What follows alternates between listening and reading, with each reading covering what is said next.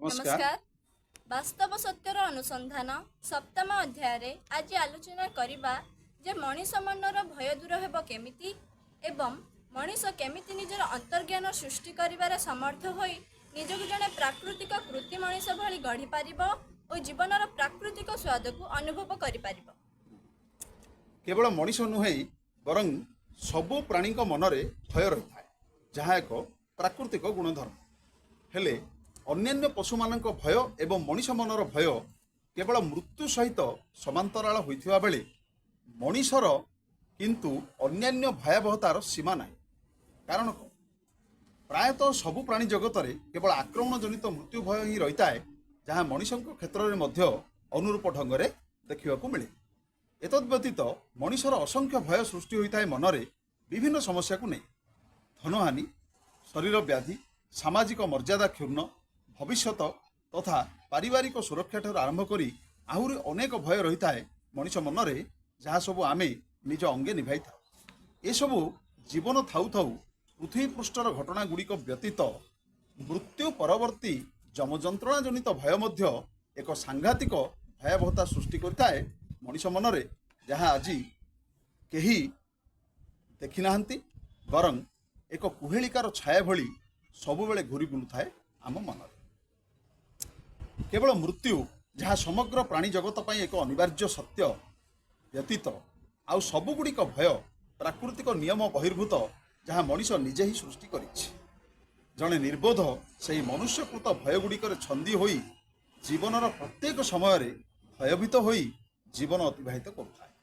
तद्वारा केतेक चतुर मनीष यथेष्ट लाभवान हेउछन्ति। तेणु साधारण अमानुषिक अज्ञान चतुर मनीष समूह समाज रे विभिन्न प्रकार भय भिन्न भिन्न समय भिन्न भिन्न रूप से सृष्टि करिथांती निजर पतियार विस्तार करिबा पाई। सेगुड़ी को समीक्षा करिबा ज्ञान बहिर्भूत साधारण निर्बोध जीवनर सबु मुहूर्त भयातुर होई केतेबेले कहार प्ररोचनारे पड़ी निजकू निजे निष्पेषित प्रतारित करिबारे आदौ कुंठाबोध करुनथुवा भली एक दुरारोग्य विषय आजिर प्रधान समस्या दंडायमान आम समाज। एसबुर निस्तार नहीं प्राकृतिक सत्य को न बुझिबा पर्यंत। हेले जने साधारण मनीष प्राकृतिक सत्य को बुझिबा परे तार भय दूर हेब केमिति? अत्यंत दुखर विषय यह कि जे प्राकृतिक वास्तव सत्य को प्रकट करने भली मनीष आज अत्यंत विरल आम समाज। समस्ते केवल मिथ्यार आश्रय जीवन अतिबाहित करुछंती मिथ्याग्राही मिथ्याचारी मिथ्यावादी होई। एई भली एक दुस्समय जदि कहीं सत्यर प्रकट करती ताहले से अपवाद और घृणार पात्र हेबा छड़ा तांकर ग्रहणीयता आदौ रहुना समाज। तेणु आमे एक रकम मिथ्याभरा समाजर जड़े जड़े असभ्य मनीष आज समाज समय प्राकृतिक सत्य को जानिले उपस्थित समयर मिथ्याभरा उपाख्यान गुड़ी को बुझीहेब सहजरे जे केमिति आमे जीवनर प्रति मुहूर्त केवल मिथ्याभरा प्ररोचना दे गति करुछे। आउ से मिथ्याभरा प्ररोचना गुड़िकर समीक्षा ज्ञान उदय होगा परे आमर प्राकृतिक सृजनशीलता सृष्टि हेबा सहित मनरु मनुष्यकृत कृत्रिम भय गुड़िक दूर हो जिवो। मनीष निजे सृजनशील हेबा परे कहार प्ररोचनारे सहजरे पड़िबो नाही निज जीवन पथ निजे परिष्कार करिवारे समर्थ हासिल करिपारिबो।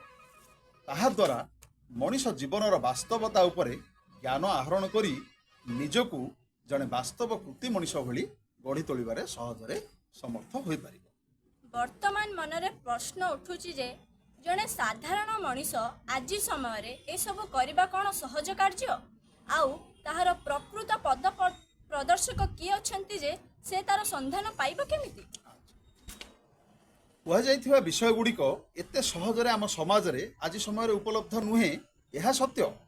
किंतु जिज्ञासु मनीष निश्चित भाव जानीपर जे केमिति से गुड़ी को आयत्त करा जिवो एवं तार प्राकृतिक मार्गदर्शी किए यह एक निरोला ग्रहणीयता जे प्रवचक किंबा धर्मगुरु माध्यम ये सब पाइबा संभावना न थाए। किंतु सेमाने मध्य सही चतुर गोष्ठी संश्लिष्ट जी केवल किछि बहिरु केतक विषय को मुखस्त करी ସେଗୁଡ଼ିକ ନିର୍ବୋଧଙ୍କ ଆଗରେ ବଖାଣିଥାନ୍ତି, ଯାହାର ଉପଯୁକ୍ତ ସମୀକ୍ଷା ଜ୍ଞାନ କିମ୍ବା ନିଜସ୍ୱ ଚେତନା ମଧ୍ୟ ନଥାଏ ସେହି ଲେଖାଗୁଡ଼ିକ ଉପରେ। କେବଳ ମୁଖସ୍ଥ କେତେକ ବିଷୟ ବ୍ୟତୀତ ମଣିଷ ଜୀବନର ବାସ୍ତବତା କହିଲେ କେବଳ ଧର୍ମ, ଶାସ୍ତ୍ର, ଭଗବାନ, ପରମାତ୍ମା ଏଇଭଳି ଆହୁରି ଅନେକ ବିଭ୍ରାନ୍ତିକର ବିଷୟ ବ୍ୟତୀତ ଆଉ କିଛି ଜାଣନ୍ତି ନାହିଁ ସେମାନେ। ତେଣୁ ସେମାନେ ବାସ୍ତବ ସତ୍ୟର ପଥ ପ୍ରଦର୍ଶକ ହେବା ସମ୍ପୂର୍ଣ୍ଣ ଅସମ୍ଭବ।